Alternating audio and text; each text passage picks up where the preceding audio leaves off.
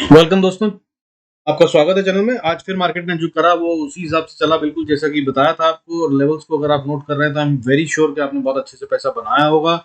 इतना बढ़िया बढ़िया मूव आ रहा है पैसा कमाने के लिए, और इतना अच्छा वाला।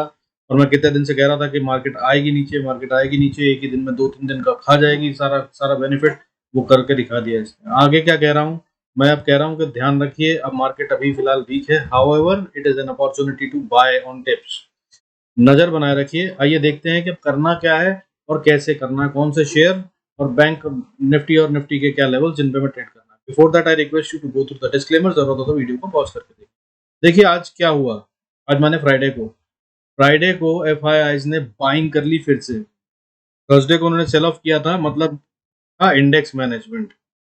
तो उन्होंने सेल ऑफ करके मार्केट को वहां पहुंचाया जहां उनको चाहिए थी, और 1706 करोड़ की सेलिंग करी थी थर्सडे को सेलिंग करने के बाद फ्राइडे को उन्होंने फिर से बाइंग कर लिया। हालांकि जो थर्सडे को बेचा है वो 1700 करोड़ है, और फ्राइडे की बाइंग जो है वो 1110 करोड़ की है। लेकिन इसके आगे जो गेम हुआ है वो ये कि डीआईआईज अब बेचने पे आ गए।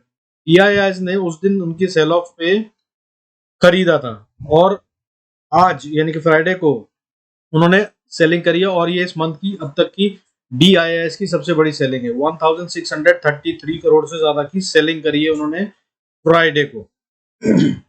और इस तरह आप जो मंथली फिगर हो गया वो हो गया आपका 15,623 करोड़ की buying by F I Is, और डी आई आईज ने सेलिंग करी है 5,542 करोड़ से थोड़ी ज्यादा। और इस तरह एनुअल फिगर के अंदर ह्यूज वाला जो एफ आई आईज का सेल ऑफ है वो थोड़ा कम होता नजर आ रहा है, बिकॉज 1100 की बाइंग करी है, जो कि अब हो गया है एनुअल जनवरी से लेकर अब तक 2,74,349 करोड़ की सेलिंग करी है एफ आई आईज ने जनवरी से लेकर अब तक। जिसके अगेंस्ट में डी आई आईज ने बाइंग करी है 2,36,970 करोड़ की। और इस सारे खेल के अंदर हुआ क्या है कि मार्केट जो है लगभग 200 पॉइंट नीचे बंद हुई है फ्राइडे को। और ये मैं आपको काफी दिन से बता रहा था। अब मगर ध्यान रखिएगा, ये हफ्ता मुझे लग रहा है कि मार्केट नीचे की तरफ रहेगी। हाउएवर अगर आप अच्छे शेयर्स को पहचानते हैं और पकड़ सकते हैं तो उनको पकड़िए, ये खरीदने का समय हो सकता है, क्योंकि इसके बाद मार्केट शायद एक बड़ा वाला मूव ऊपर की तरफ भी देगी। और अगर ऊपर नहीं देती है तो नीचे बहुत ज्यादा जाती मुझे नहीं दिख रही है। ऐसा सोच रहे थे पहले कि 15,500 तक जा सकती है मार्केट, जब तक हम 17,000 के नीचे थे। लेकिन अब 17,000 के जब तक हम ऊपर हैं, 15,000 की तो बात भूल जाइए, 17,000 भी आता हुआ नहीं दिख रहा है। मुझे दिख रहा है कि 17,300 से हम शायद वापस रिवर्सल लेंगे। आइए देखते हैं अब हुआ क्या फ्राइडे को, और उसके हिसाब से करना क्या है मंडे को। देखिए अब फ्राइडे को क्या हुआ।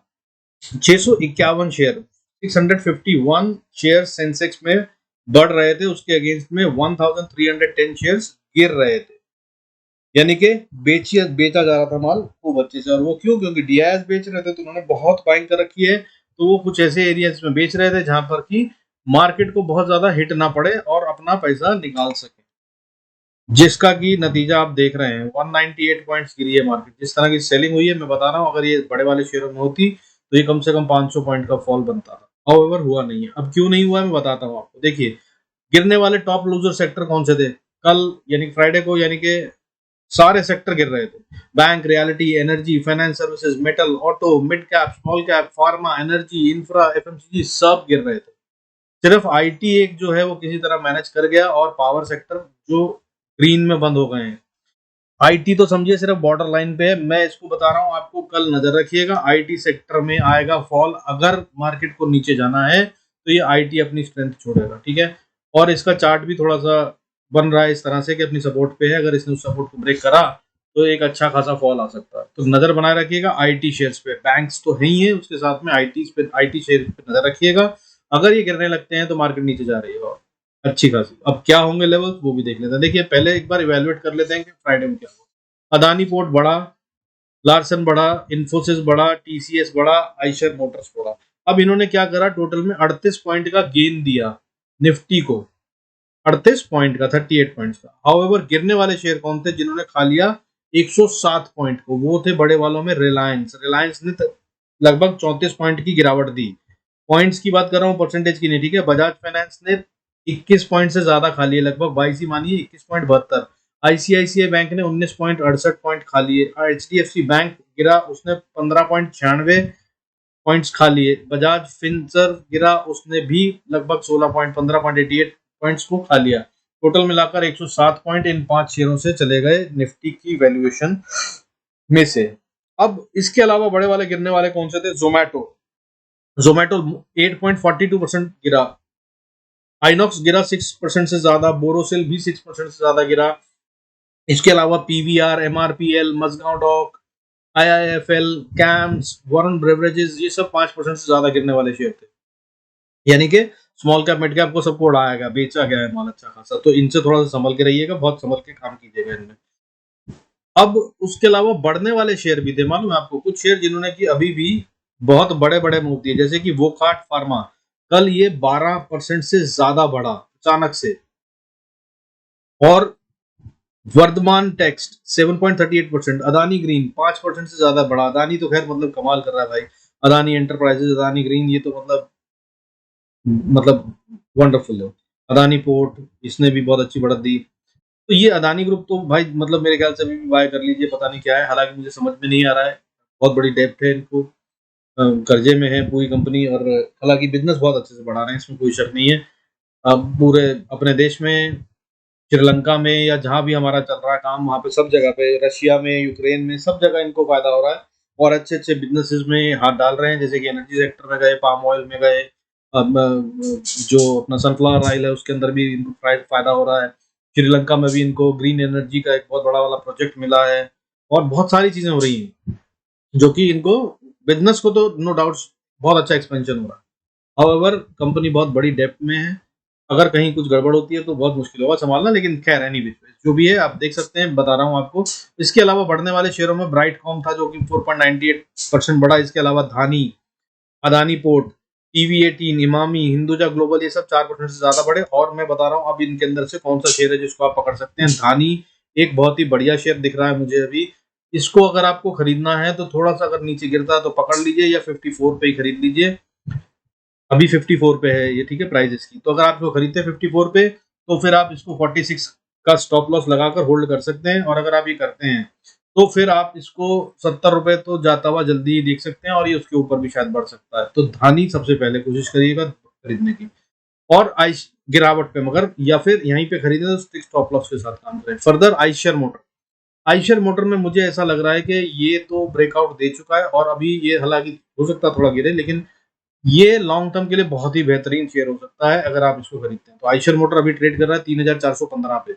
अगर आपको इसको खरीदना है तो 330 के पास खरीदिए, मतलब 3330, यानी कि जहां पे ये भी ट्रेड कर रहा है वहां से लगभग 80-85 रुपए नीचे खरीदने की कोशिश करिए 100 रुपए, ठीक है। तो वहां पर अगर आप इसको बाय करते हैं तो इसको आप 3300 का स्टॉप लॉस, यानी कि 20-30 रुपए का स्टॉप लॉस लगाकर होल्ड कर सकते हैं।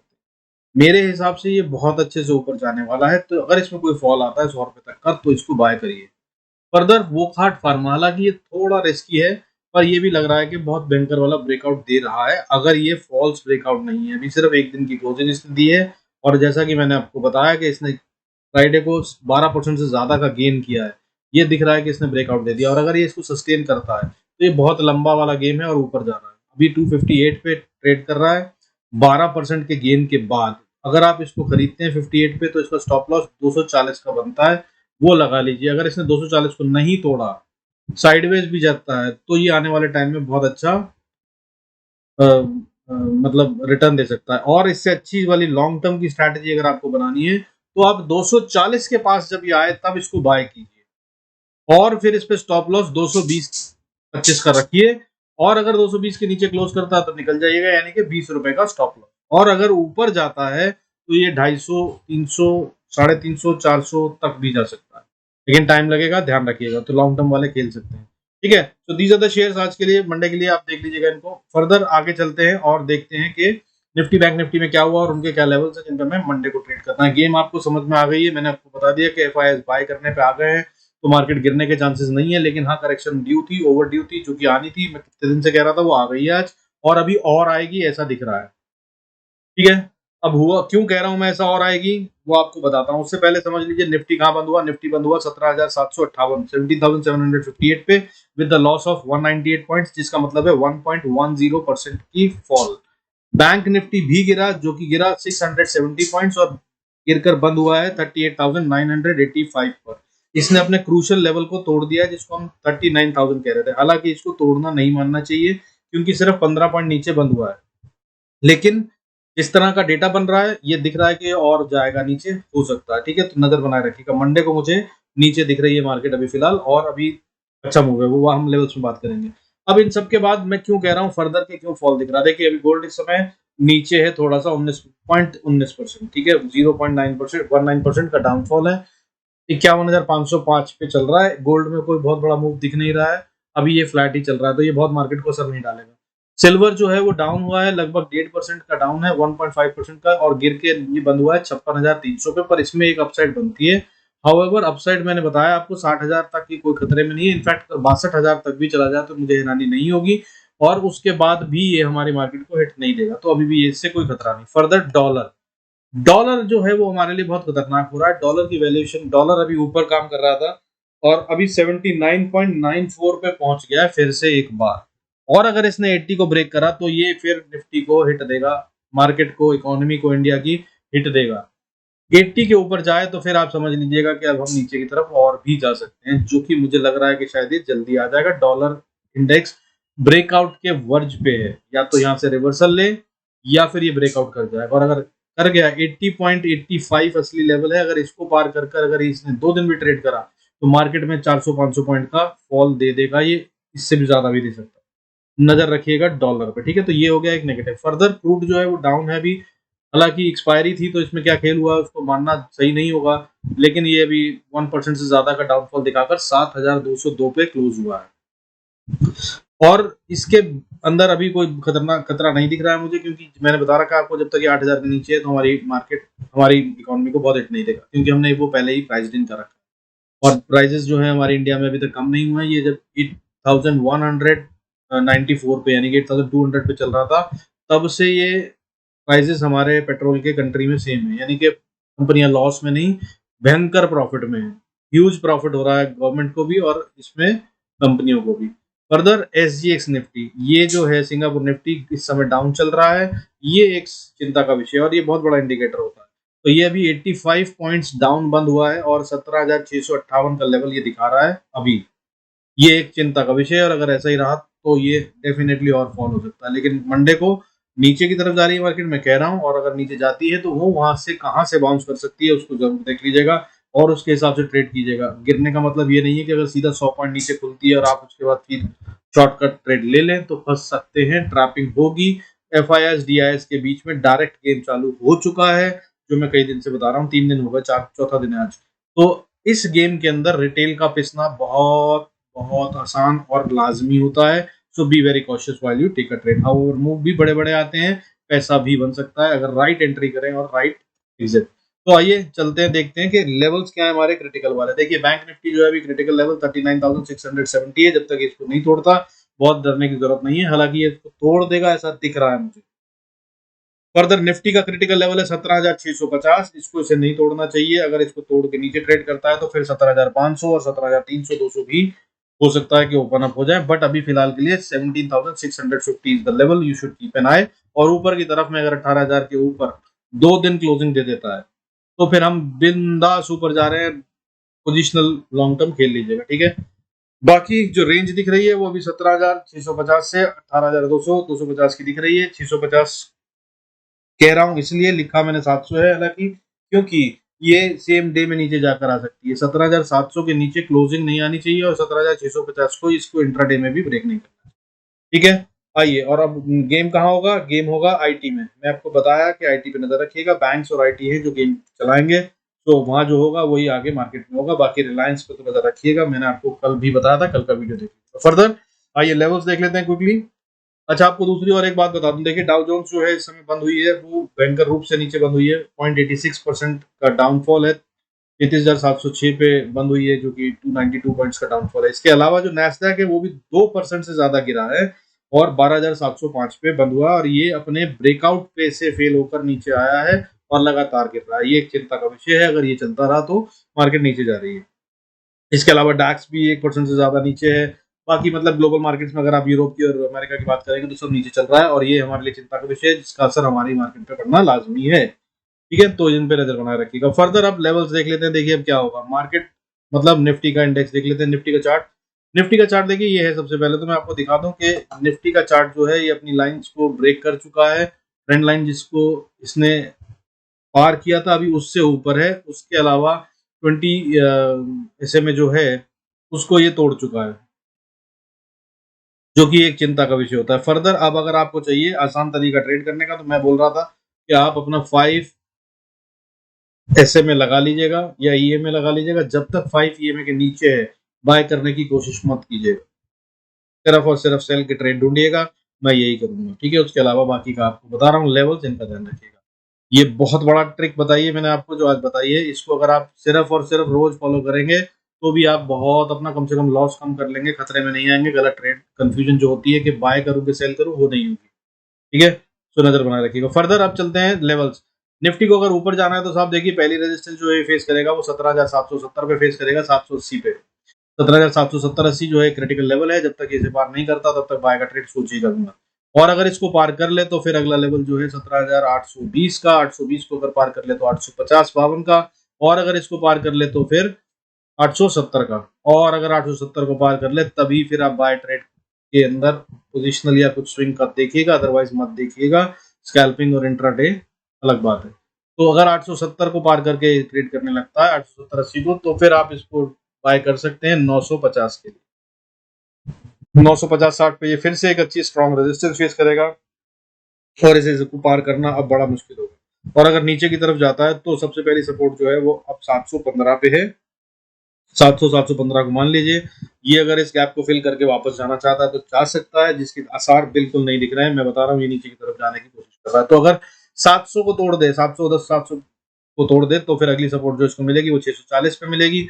640 के बाद फिर सीधा 540 का लेवल बनता है। उससे बीच में हालांकि एक छोटी सी सपोर्ट जो है वो 604 के आसपास भी बनती है, लेकिन वहां पर ये रुकेगा नहीं, क्योंकि अगर यहाँ तक आ गया तो जिस तरह का डेटा बना हुआ है ये गैप फिल करने आएगा, जिसका मतलब ये है कि 540 अगला लेवल बनता है। और ये मंडे को ही हो भी सकता है, नजर बनाए रखिएगा। और अगर 540 को तोड़ दे तो फिर 430-40 का लेवल बनता है, जहां पर ये शायद सपोर्ट लेकर रिवर्सल लेने की कोशिश करे, अगर इसने 540 पे रिवर्सल नहीं लिया।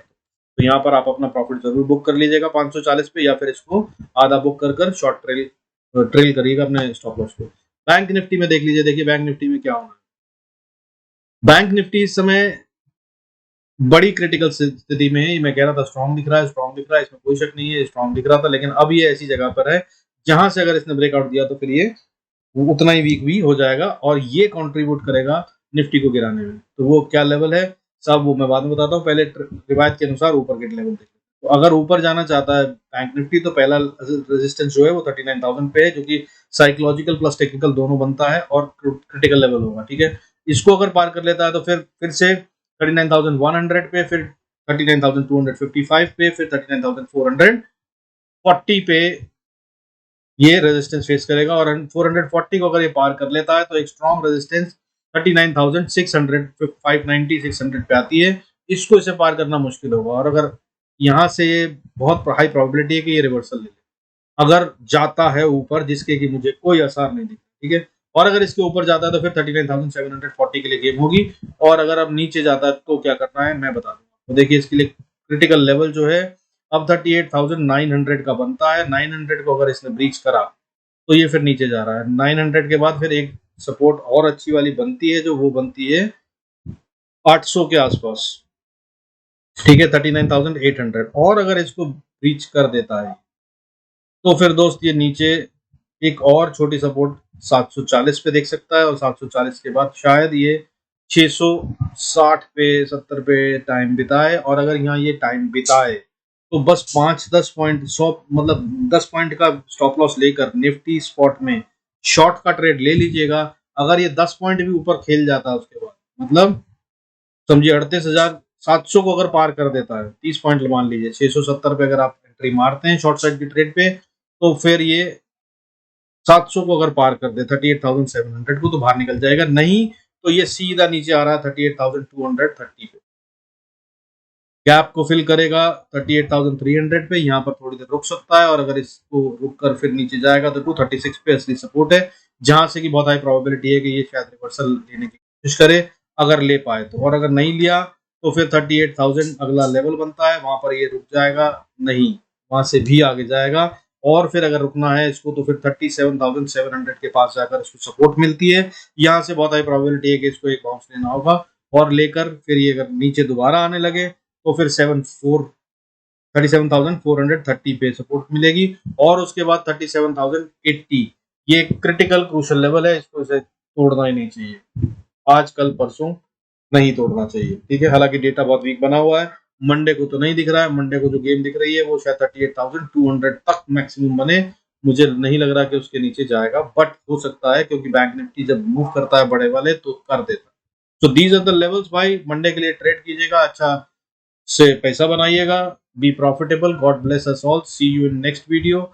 और आईटी इंडेक्स के चार्ट को देखते रहिएगा, ये मैंने लगाया है, देखिए आपको बता रहा हूँ उसकी आईटी इंडेक्स का अगर आप चार्ट खोलेंगे तो 29,900 एक लेवल है जिसको इसे ब्रेक नहीं करना चाहिए, अगर इसको ब्रेक कर दिया तो ये बहुत बड़ा कंट्रीब्यूटर होगा निफ्टी के फॉल में, देखते रहिएगा।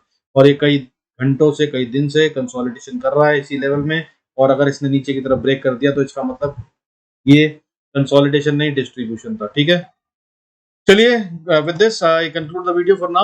See you in next video. God bless us all.